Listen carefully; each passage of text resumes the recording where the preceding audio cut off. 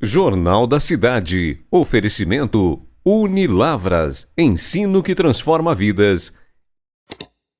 Olá, hoje é sexta-feira, dia 23 de agosto. Veja os destaques desta edição.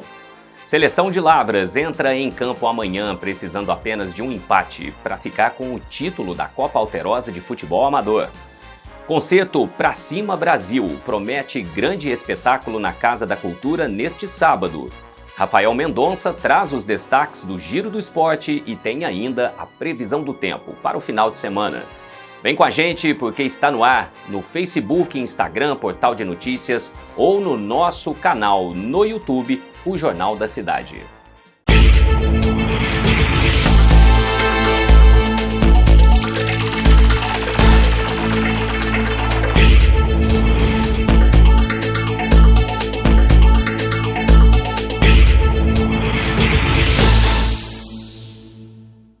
Chegou a hora. Neste sábado, em Boa Esperança, a seleção de Lavras entrará em campo diante do MEC, precisando de apenas um empate para ficar com o título da Copa Alterosa de Futebol Amador. No primeiro jogo, aqui no Estádio Municipal, a equipe lavrense venceu por 1-0, gol do atacante Péricles no segundo tempo. Resta ao MEC vencer por 2 gols ou mais para ficar com a taça. Caso vença por apenas 1 de diferença, a decisão irá para os pênaltis. Bom, o nosso comentarista Leonardo Barbosa acompanhou o último treino da seleção de Lavras e faz uma análise do que será essa super decisão. Seleção de Lavras fez o último treinamento para amanhã, no sábado, enfrentar a equipe do MEC em Boa Esperança, com a tática definida, com o treinamento proposto pelo técnico Jean, para tentar aí sim sagrar-se campeã no sabadão diante a equipe do MEC. O MEC vem com outros jogadores que não vieram aqui em Lavras e estão aptos a jogar no sábado, mas a seleção de Lavras bem preparada com 1-0, podendo fechar o meio de campo para tentar surpreender a forte equipe de Boa Esperança do MEC, faz essa preparação fechando.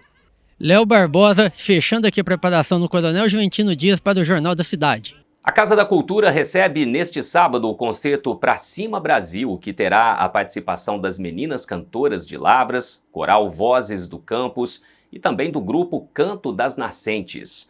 O evento é gratuito e aberto a toda a comunidade. Esse projeto do Concerto Pra Cima Brasil, ele visa aumentar, e fomentar a cultura lavrense, principalmente no quesito canto coral, trazer mesmo à tona essa parte cultural para a cidade, a parte da música, do canto coral, apresentar para os lavrenses toda a riqueza que existe nas músicas brasileiras e principalmente nas obras do cantor e compositor João Alexandre. Nós vamos contar também com a participação das meninas cantoras de Lavras e também do Coral Vozes do Campus e Grupo Canto das Nascentes. Então, amanhã às 19h30, na Casa da Cultura, com entrada gratuita, você tem acesso à cultura de canto coral aqui na cidade. E tá na hora do nosso Giro do Esporte com Rafael Mendonça. Confere aí.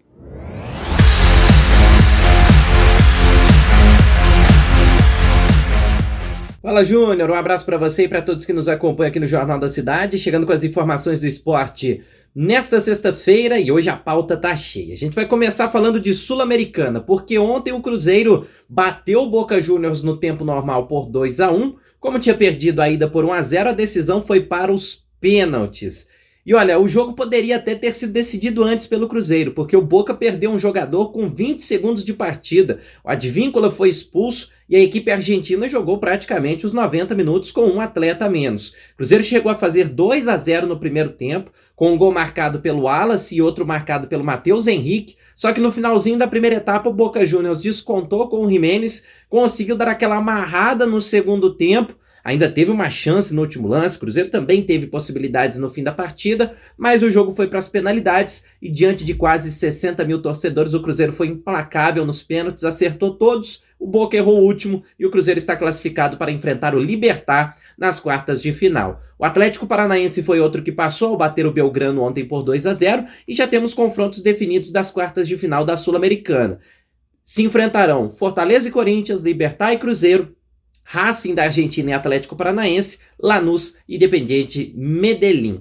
Copa Libertadores também tivemos classificados. A definição, inclusive, dos confrontos das quartas de final. Ontem o São Paulo venceu o Nacional do Uruguai por 2-0, avançou de fase, vai encarar o Botafogo. E o Flamengo, mesmo com a derrota para o Bolívar por 1-0, também está classificado. Quartas de final da Libertadores tem Atlético e Fluminense, River Plate e Colo-Colo, Botafogo e São Paulo, Flamengo contra o Peñarol do Uruguai.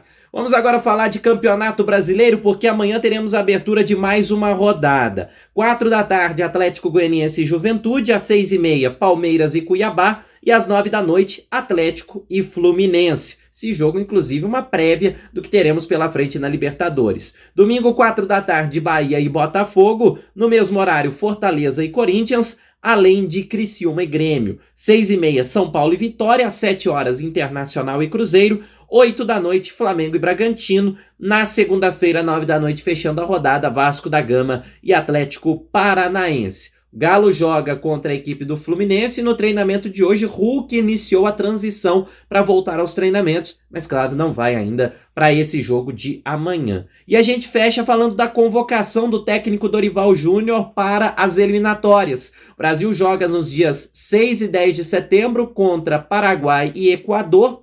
E os convocados foram os seguintes: Alisson, Bento e Ederson para o gol, laterais Danilo e Couto, Guilherme Arana do Atlético e o Wendel, zagueiros Beraldo, Éder Militão, Gabriel Magalhães e Marquinhos, meio-campistas André do Fluminense, Bruno Guimarães, Gerson do Flamengo, João Gomes, Lucas Paquetá e Rodrigo, e no ataque o principal, com as principais novidades: Endrick do Real Madrid, Estevão do Palmeiras, Luiz Henrique do Botafogo, Pedro do Flamengo, Savinho do Manchester City e Vinícius Júnior do Real Madrid. Essas as informações do esporte nesta sexta-feira. Rafael Mendonça para o Jornal da Cidade.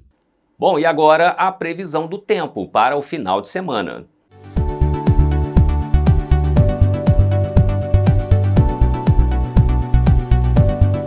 Segundo informações do Instituto Climatempo, o sábado será de sol com algumas nuvens e sem previsão de chuva. Temperatura mínima de 15 graus e máxima de 32. Ventos a 10 km por hora, com a umidade do ar ficando ainda muito baixa, na casa de 21%. O domingo terá sol com muitas nuvens durante o dia. Períodos de nublado com chuva a qualquer hora. Mínima de 15 e máxima de 28. Ventos a 14 km por hora e a umidade do ar sobe um pouco, mas chegando apenas a 25%. O Jornal da Cidade está terminando. Obrigado pela companhia em mais uma semana. A gente se vê de novo na segunda-feira. Até lá!